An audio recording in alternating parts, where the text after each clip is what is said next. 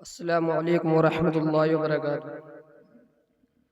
الحمد للہ وکفى وسلام علی عباده الذین اصطفى اما بعد، قال اللہ تعالی فی القرآن العظیم: اعوذ باللہ من الشیطان الرجیم، بسم اللہ الرحمن الرحیم۔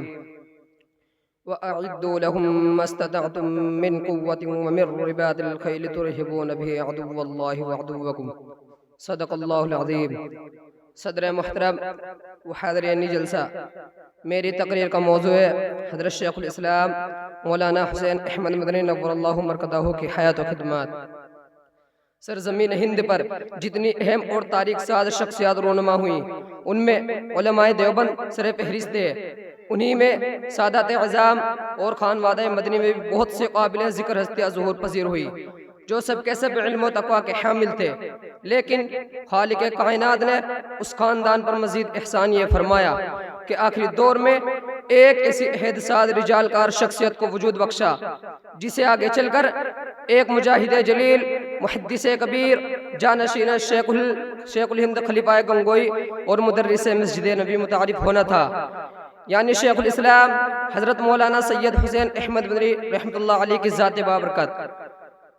آپ اگر ایک طرف تقوی طہارت میں شان قطبیت رکھتے تھے تو دوسری جانب ارشاد طریقت میں شان مجدیت کے حامل تھے۔ ایک طرف دریا علم و عمل کے شناور تھے تو دوسری جانب میدان سیاست کے شہ سوار بھی تھے۔ آپ کی ولادت باسعادت 19 شوال المکرم 1296 ہجری مطابق 1878 عیسوی کو قصبہ مانگرانو میں ہوئی۔ آپ کا نام نامی، اسم گرامی حسین احمد اور تاریخی نام چراغ محمد رکھا گیا۔ آپ کی ابتدائی تعلیم اپنے والد بزرگوار کی زیر نگرانی ہوئی۔ جب 5 برس کے قریب ہوئے تو آپ کی والدہ ماجدہ نے آپ کو قاعدہ بغدادی اور عامہ پارہ پڑھایا اور قرآن مجید کے 5 پارے انہی سے پڑھے۔ گھریلو تعلیم کے ساتھ ساتھ اسکول کی ڈگری بھی حاصل کی، اس طرح سے کہ اس میں امتیازی پوزیشن حاصل کی۔ اور جب آپ 13 سال کے ہوئے تو آپ 1309 ہجری میں دارالعلوم دیوبند تشریف لائے اور اپنے بڑے بھائی مولانا صدیق احمد صاحب اور مشفق استاد شیخ الہند حضرت مولانا محمود حسن صاحب دیوبندی رحمۃ اللہ علیہ کی نگرانی میں رہ کر حصول علم اور کسب فیوز میں منہمک رہے۔ آپ اپنے زمانہ طالب علم میں تمام زملائے درس و رفقائے زمن میں سب سے لائق وفائق و ممتاز رہے اور ہمیشہ امتحانات میں اعلیٰ نمبرات سے فوزیاب اور کامیاب رہے۔ دارالعلوم سے فراغت کے بعد آپ اہل و عیال کے ساتھ مدینہ منورہ روانہ ہو گئے۔ مدینہ منورہ پہنچ کر آپ نے درس و تدریس کا سلسلہ شروع کر دیا اور کم و بیش 14 برس مسجد نبی میں خدمت درس انجام دیتے رہے۔ آپ نے ہندوستان کی تحریک آزادی میں تحریک ریشمی رومال، تحریک خلافت اور جمعیت علماء ہند کے پلیٹ فارم سے قائدانہ کردار ادا کیا۔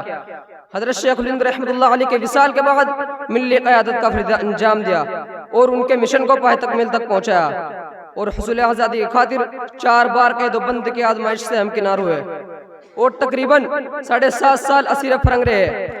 آپ نے آزادی کے لیے جہاں بے شمار قربانیاں دی اور کوششیں کی، ان سب میں آپ کی بنیادی فکر یہ رہی کہ آپس میں اختلاف نہ ہو۔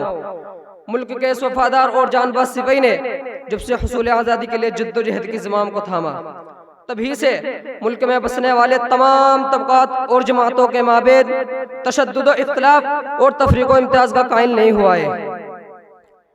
ملک کے اس وفادار اور جان باز سپاہی نے جب سے حصول آزادی کے لیے جد و جہد کی زمام کو تھاما، تبھی سے ملک میں بسنے والے تمام طبقات اور جماعتوں کے مابین تشدد و اختلاف اور تفریق و امتیاز کا قائل نہیں ہوا ہے۔ نیز تمام برادران وطن کے سامنے اپنی اس فکر کا اظہار بے دریغ الفاظ میں کرتے ہوئے کہا: ہندوستان کبھی بھی سیاسی اور ملک معاملات میں ہندو مسلم تفریق و امتیاز کا قائل نہیں ہوا ہے۔ حضرت مدنی رحمۃ اللہ علیہ 1345 ہجری مطابق 1917 عیسوی سے 1377 ہجری مطابق 1957 عیسوی تک کی اس 40 سالہ مدت میں امت کی بے لوث اور بے نظیر خدمات سر انجام دی۔